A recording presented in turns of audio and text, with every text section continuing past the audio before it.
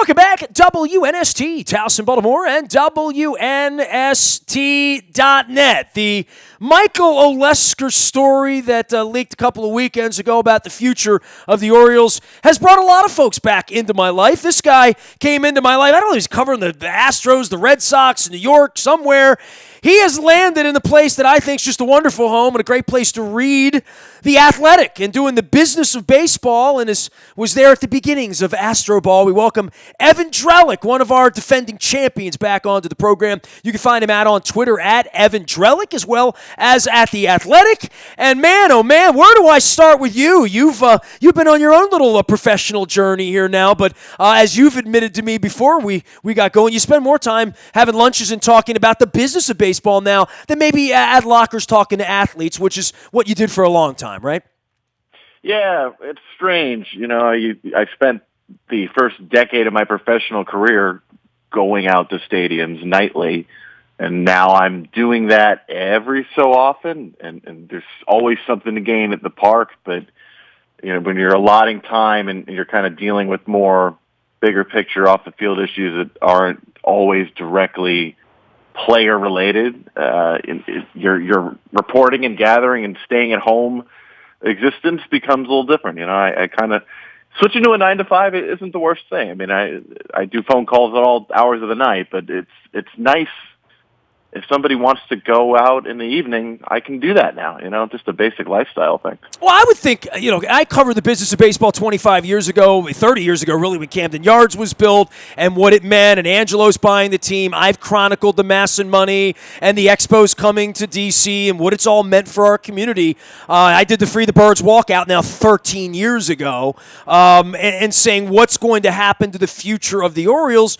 You know, we're now at a pretty critical juncture, in the whole, and a pretty tenuous point for the city as well that I live in without leadership. It's been rudderless, the president, all the way down the line, but the lease is up in 2 years, and Camden Yards isn't new anymore. It's 30 years old, and the Orioles don't have Cal Ripken anymore. They barely have a fan base, and there's not Fortune 500 companies here anymore. That's gone, and when they came here, there was no thought there would ever be a football team here, and now there's a little bit of a powerhouse football team that's struggling itself if we were doing the business of football and PSLs and empty seats and preseason and all of that. But for the Orioles, it really is. This could go a lot of directions, and I think it's the first time there's even a crack to say something's going to happen. I'm just not sure what it is. Yeah, it's part of this current job. I did a piece in the 1994 strike recently, and Ron Shapiro is a longtime player agent.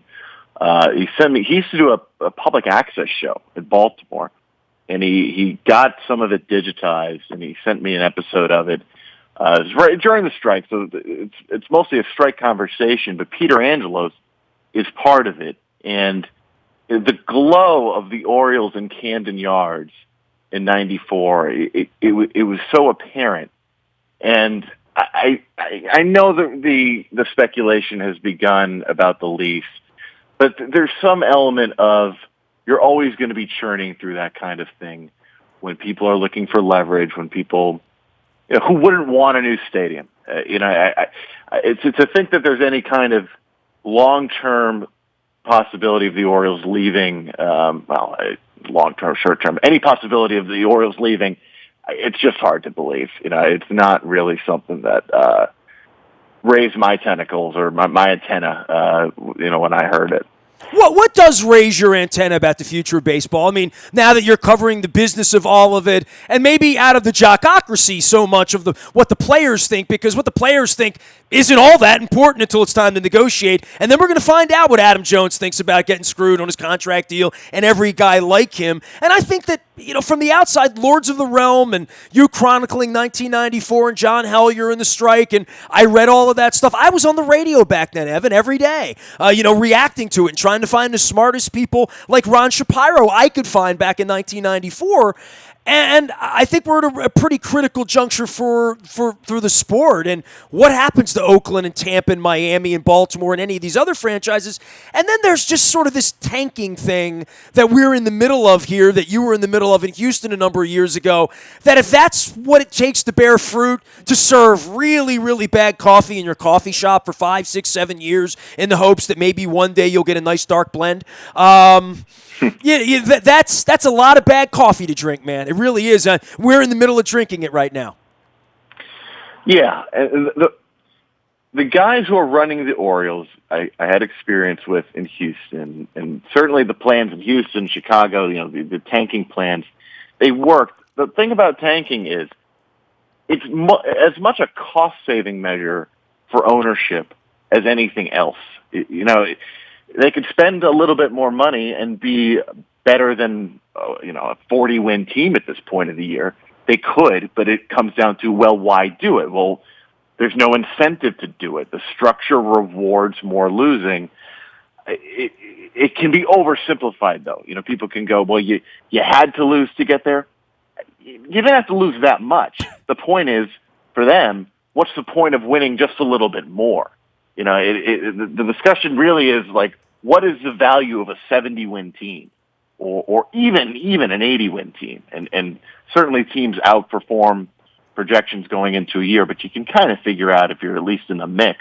And if you're not in the mix, well, what's mediocrity going to get you? It's not going to get you more international money. It's not going to get you a better amateur draft pool money. So the system in that respect should be realigned. But I do get a little, not bothered, but the narrative around tanking, it's never as simple as you lose and then you get good. I mean, you look at the Astros.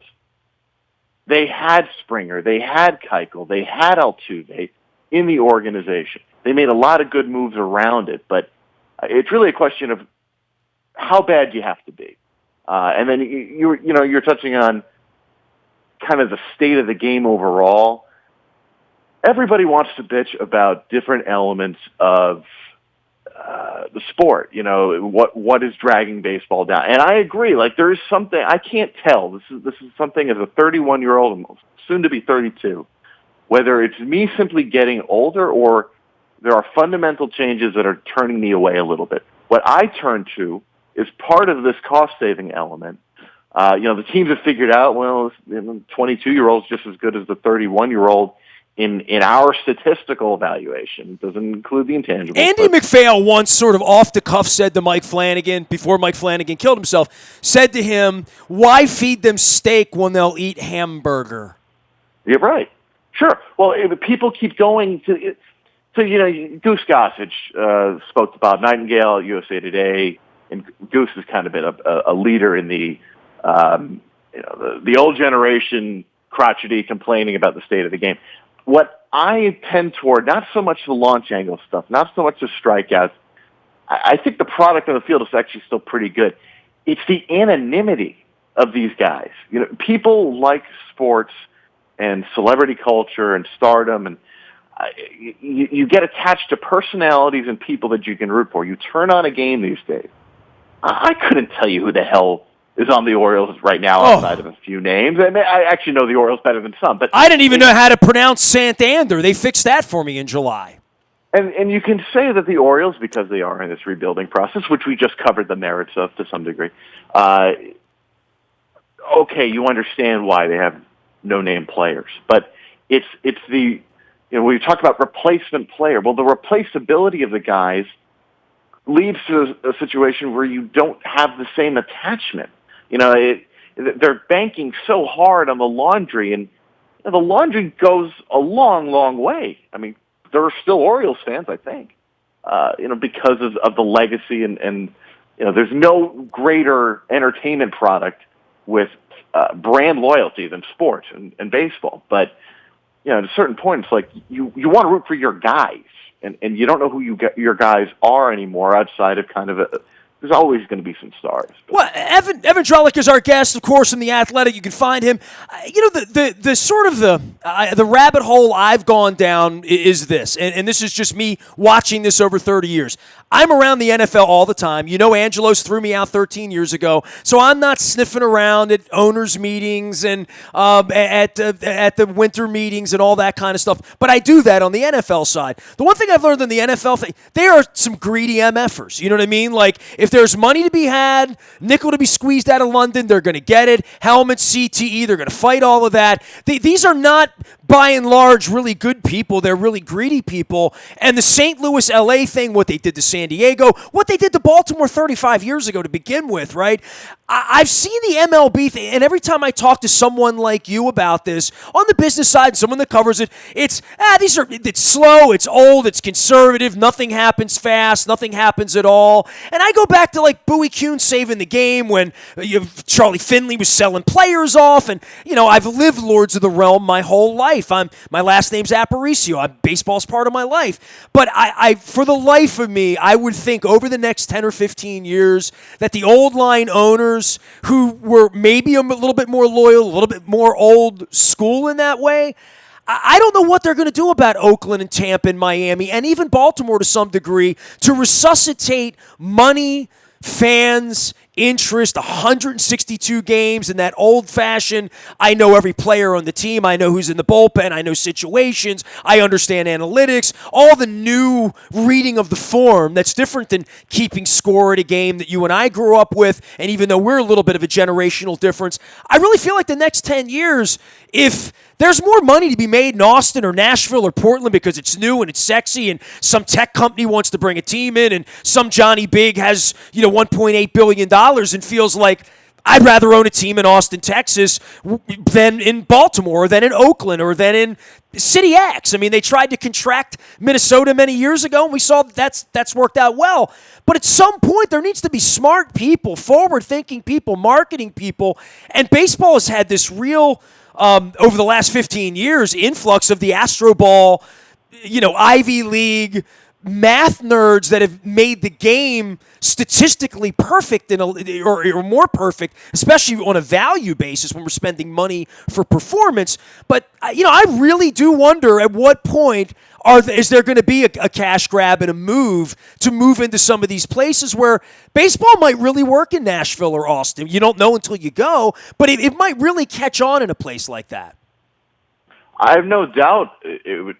Nashville, Portland, those would be great markets for baseball, and that eventually you get there, and the stance of the league is, well, we got to figure out Oakland and Tampa, and then we could talk about expansion, whatever it might be, but you got to kind of deal with the problems you already have in-house. The money grab element of it, baseball's always been a money grab. It varies so much ownership group to ownership group, and I was actually talking with somebody connected to the Orioles about this element of it. The way these teams run varies so much from club to club.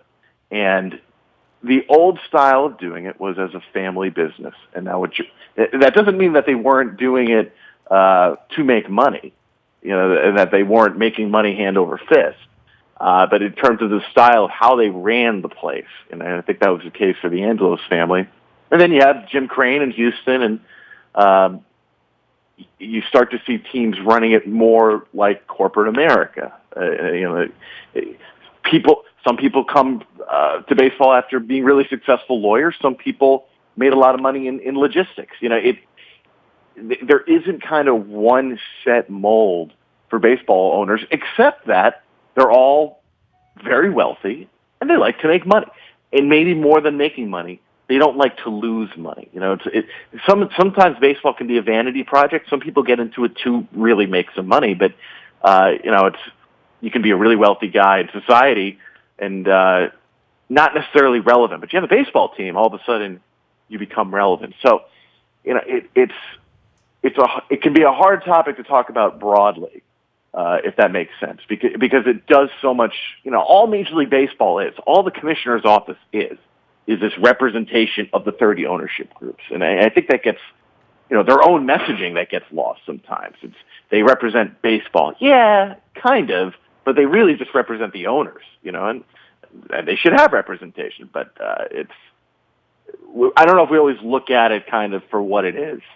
Evan, who's running the Orioles? I mean, does Rob Manfred, can he pick up the phone right now and reach whatever Angelos it is and get decisions on that has always been sort of the weird part of this, is that they've said, well, Dad's not here, but who is? And the boys held their Rodeo Orange Hookah Lounge press conference back in the winter and haven't been seen. 100 losses later, we'll figure all this out. But there's two paths, right? Like, he's going to die at some point, right? And then the boys in the family are either going to own it and be allowed to own it and move it and negotiate for it or whatever they're going to do, or there's going to be a new ownership. And I sort of saw the Olesker story, and I'm an old line Baltimore guy. I've known Olesker for 35 years as a reporter and as a kid around here.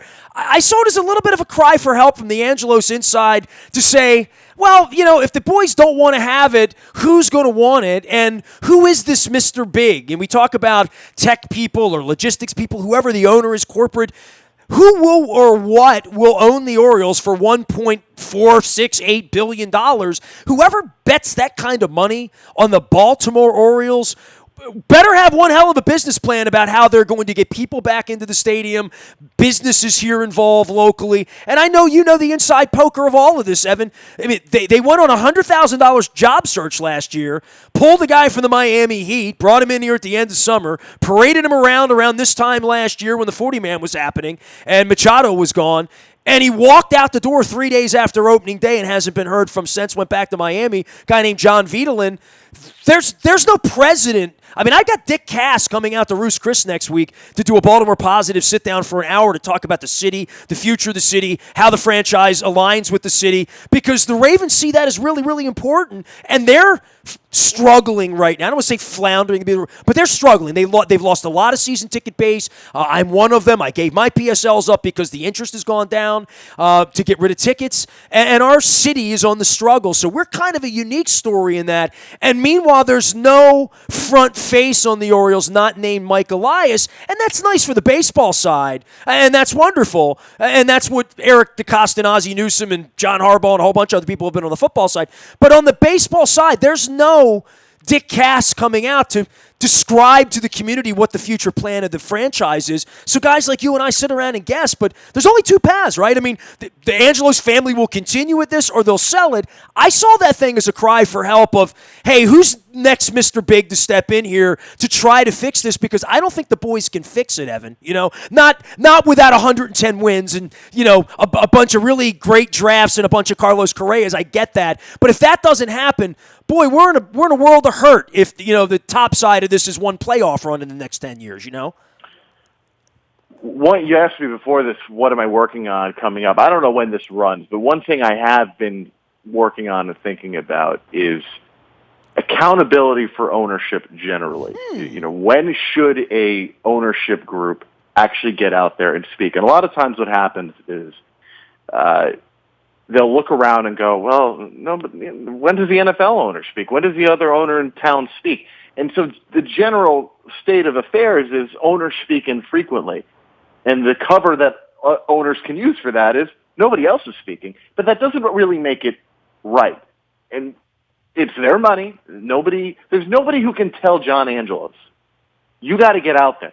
You got to go do this, right? It's kind of an ultimate reminder of how rich they are. Power, right, yeah. They have the power in this situation, and that's it. But when your city's struggling, nobody's coming to the ballpark, nobody's buying, you prop up a president. The president, Evan, it's amazing how they have the media twirled here, right? Like, if Dick Cass left the Ravens tomorrow morning for any reason, it would be the lead story above the fold on the front page of the ball. It would. Ravens president Cass leaves for whatever reason, right? Like, it just would be that kind of a story. The Orioles don't have a guy like that. There's no one that speaks like like that. There's no one front-facing for the business. I mean, you're covering the business of sports now, and so much of this, when I talk about the business of the Orioles, people start talking to me about Mike Elias and Brandon Hyde. And I'm like, I can't believe you're a grown-up and you don't realize that, like, there's a whole business to be run here that has nothing to do with the minor league baseball, nothing to do with anybody with a ball and a bat and a glove, and there's nobody doing that at all with the Orioles or doing it well, and there's really nobody been doing it other than Peter himself for about 25 years and not doing it very well, and that's really been the demise of the ball club here, Evan. Like, if I were to talk to you about a piece you're doing for it, that's what I would tell you. I would tell you, you can't find any accountability, and there hasn't had to be any accountability when they gave the family a $200 million a year topside television network 15 years ago that has just put about $3 billion. Masson has generated $3 billion in 15 years. Where has that money gone? It hasn't gone back into the Major League Baseball pool because they don't share that money. So, and the Nationals are fighting for it. So it's really an incredible tale as Angelos' life winds down. How this is going to end. I mean, it's like a big bowl of popcorn because there's a lot of directions this can go in. I'm worried about my city, honestly. Like, as a citizen, as somebody that paid for the stadium the first time and bought a condo 2 blocks away that's now worth $200,000 less than it was 15 years ago when I bought it. I mean, we're in a different place here, and the business of the Orioles is way more important to me than what Adley Rutschman did in Delmarva this week. Really, You're right. Pretty much everything you're saying, I would agree with. The problem is, people, fans, you're kind of expecting that grown-up approach to it. You and I have been around baseball and kind of have interest in these topics, gravitate toward this. When Mike Elias and Sigma get the Orioles to a point where they are competitive, people will come. I don't know if they'll come back quite the same way. That's a good question. But the one thing that's been true consistently is that the winning baseball product is what matters. Now, in-game entertainment, the Padres have done amazing things out there, and you're seeing more and more teams, the Yankees included, focusing on the other elements of the product, not just the baseball, trying to make it as attractive as possible. And it is that kind of stuff where, what is John Angelos's, and even going back to Peter, what is the business expertise there? And you can line it up against other owners and go, well, their business expertise might not be quite the same as others. Just because you make a lot of money doesn't mean that you've mastered or are anywhere close to mastering the business of baseball.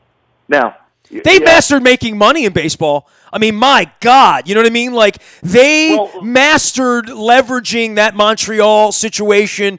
No one has laughed to the bank more than the Angelos family, and no one is hurt more than the city, through it. The city of Baltimore has bled through this, and Angelos is just pocketed money. And that's really the sad, unfortunate, unintended consequence of EBW and Larry Lucchino and William Donald Schaefer fighting, with taxpayers to get the stadium built 30 years ago. I mean, that's the long legacy of the field of schemes, or whatever you would call it, right? What it comes down to is a very difficult question, because it's the same it's the same endpoint for me that you get to when you're talking about player salaries and how much an owner's make and how much your players make. What is the right amount of profit, or what is the right amount of money that goes to something else other than profit that makes you go, okay, this is right? And I would agree generally that there's just a feeling you get, but it's a very difficult thing to pinpoint and say, well, that's a good amount of profit, that's too much. And it really goes to the heart of, people look at baseball and they look at sports as what they want, ideally, the country to be, ideally their economy to be, management, labor dynamics. It's like a proxy for every battle that could play out. Why are people lining up behind the players, I think, more than they used to in the past? Well, because there's probably discontent generally with how much they see the billionaires, the owners, that class making broadly, right? Well, the pissed off part is I'm going to watch a team that loses 110 games and pay $14 for a beer. You know what I mean? Like that's. Hey, I'm with you. And part of the reason, even as a fan, I'm not going out much. Why? I got to save some money. Like, how do I buy a house someday, right? I'm 31. Well, Do I want baseball a was sale? built off the peasant class and 10-cent seats and the bleacher bums. And my dad was a steel worker, man. We took the bus out. My dad never drove. We took the 23 through G&A, Coney Island hot dogs to 33rd Street. And my dad bought the senior citizen ticket because he was over 55. And, he bought me the kid ticket because I was under 12. And, for $3, we could go out in 1979 and, see Dennis Leonard face off against Dennis Martinez. And, and in some 3-1 ball game that lasted 2 hours, 15 minutes. I mean, everything's different now, but it's also like measuring that experience against roller skating or going to the mall or buying a little something or getting a meal. Boy, going to an Orioles game now, and I've been hearing this more recently, the $5 tickets are gone, the bargain nights, they do dollar hot dogs once in a while, they make you pay more when they sell you a bobblehead essentially, and those bobblehead nights, there are no discounted tickets, so that's the $21 entry to get in that night. You're paying for the Hawaiian shirt or whatever they're giving you. So, I mean, most people are sort of onto that. And then it comes down to, do I want to come downtown in Baltimore, park my car, have a Baltimore experience, and be out on a summer night? There's just...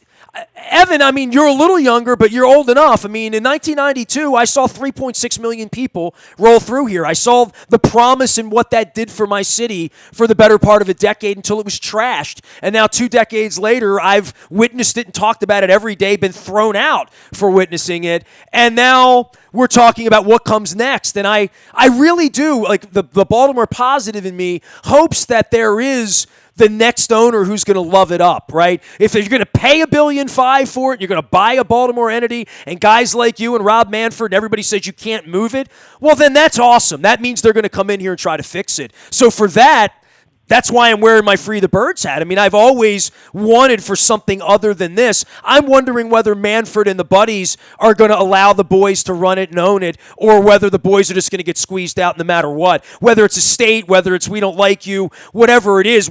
Because everyone has told me that they don't want the boys around. You know what I mean? Like that it's been 25 years of acrimony between Angelos versus MLB in so many ways, other than the one strike in 2001 that Peter helped Bud with, and he thought that would keep the team out of D.C., and it didn't. There's been a lot of betrayal in the Angelos-MLB relationship in both directions that Baltimore has really suffered in that, Evan. You know what I mean? Like, I'm waiting for Baltimore to be untourniqueted and maybe turn the baseball love back on and bring Cal Ripken back. You know what I mean? Look, the city and the franchise and the league, it might be the perfect situation to sell, and certainly people have made that point, that forget a move, simply selling the team, this could be the right time. But, what you're speaking about, doing this 94 piece, I talked to a bunch of people who were kind of principally involved in the labor stuff back then. And I spoke with Dick Ravitch, who was the lead negotiator for MLB for a time. He resigned in 94 because he couldn't deal with all the bullshit he was getting from the league. It's wild Game of Thrones backstabbing stuff that goes on here. But we were talking about owners in baseball, and he hasn't really followed it since he left the game, so 25 years. But he was talking about back then the sense of benevolence, civic benevolence from owners, and I think that's kind of what you're getting toward here. Are owners acting in a way that goes beyond simply, I own a business and I want to make money from it, and that's it. And all these teams have. That was Jeff Luria, right? Literally, right? I mean, sucking every marlin out of the water in Miami, right? Literally. Yes, and it's another thing that varies town to town, but I think over time, we talk about efficiency on the field, the analytics and all this. They pushed everything kind of to the limit of ticket prices. Well, how do we maximize everything? And what that does is you're squeezing out people because the caring isn't so much about, well, what about the guy who can't afford that ticket? I don't care. It's in some ways such a kind of basic lesson, but historically, people did look at baseball franchises and run baseball franchises in a way that with some sort of civic responsibility, or at least paid lip service enough to it to convince people that they were doing so while still making a ton of money. But it goes back to that question of, what is the line of civic responsibility? What would make you happy? Is it lower ticket prices? It's some sort of olive branch, and I think it's a feel thing. And you're right that with the Orioles, you can feel it. You can feel these days that it's not there. Evan Drellich is feeling the business of baseball these days at The Athletic, and I'm grateful for that and everything all the folks out at The Athletic do. Talk about The Athletic and you joining them, and you've moved around a couple of times, and as we've said professionally, gone from being the guy with the notebook at the locker with players to really now pulling back. I hope you're writing the next Tell Your Tomb for me, Evan Drellich. I need you on that wall like Nicholson, man. I got to tell you, that book, Nestor, is for anybody who hasn't read it, but Lord, it's a great book. It's the breadth of it, the amount of reporting the guy did. I can't fathom doing that kind of. It's monstrous, It's and that anybody would talk to him anymore, right? Like in the old days, he got that done. But in the new day, it would be very hard for even Ken Rosenthal, who's been a friend of mine for 40 years, to write that kind of book, right? I mean, to be sourced on the inside to know what's going on. And I mean, look, my last name's Aparicio, right? And I'll give you a little story. When Frank Robinson died 6 months ago, I went looking for a picture of Frank and Louie together, figuring they played on the 66 Orioles. And what I found was I didn't find anything of them together. I found all of these old Aparicio stories that had been PDF'd and microfiched, and I found out about how I wound up in America through my cousin and him leaving the White Sox and coming to the Orioles, and the niceties that the Hofberger family, who owned a brewery, they were trying to sell beer, that when Frank Robinson came here, he could live in a white neighborhood, which he couldn't do in Cincinnati, and that they would treat him with respect here that he wasn't being treated with there, which is why he wanted out to begin with. Same thing with Louie in Chicago, working for Bill Veeck. Felt like he was always getting cheated, was underappreciated. They didn't take care of his family. He talked a lot about his family in all of these stories. And this is how he brought his cousins here, and this is how I was born in Baltimore in 1968, because like senators and congressmen helped baseball players from Venezuela in 1964 and 65 when he came to Baltimore to bring his family here. So it's really near and dear to me to study the history of all the labor. And, how did the Orioles wind up getting 2 Hall of Famers in the mid-60s? Because they were malcontents in Chicago and Cincinnati, and that wrote the story of how the Orioles became the Orioles, because without Aparicio and Frank Robinson, that never would have happened, right? So, and all of that happened because of cheapskate owners, who used players like indentured servitude, right? Literally, right?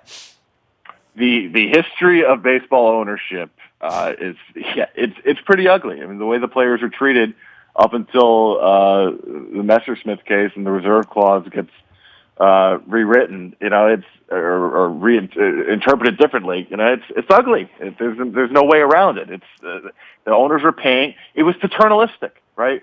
But in some way, we're asking for a little bit of that. Do it out of the kindness of your hearts, and they don't do it as much anymore.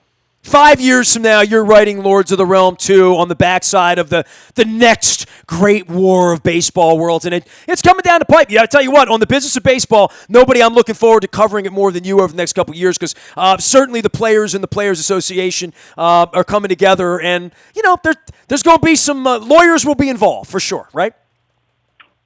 They run in the game, Nestor. It's unfortunate but true. And back to the pennant race soon. Thank you, Evan. Appreciate you, man.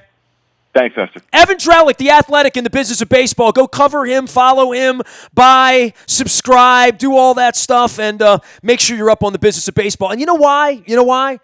If you're a Baltimore fan, a Baltimore Orioles fan, a Baltimore resident, a concerned local citizen of Camden Yards, the business of baseball is coming to your doorstep. Thank God you have me to explain it to you.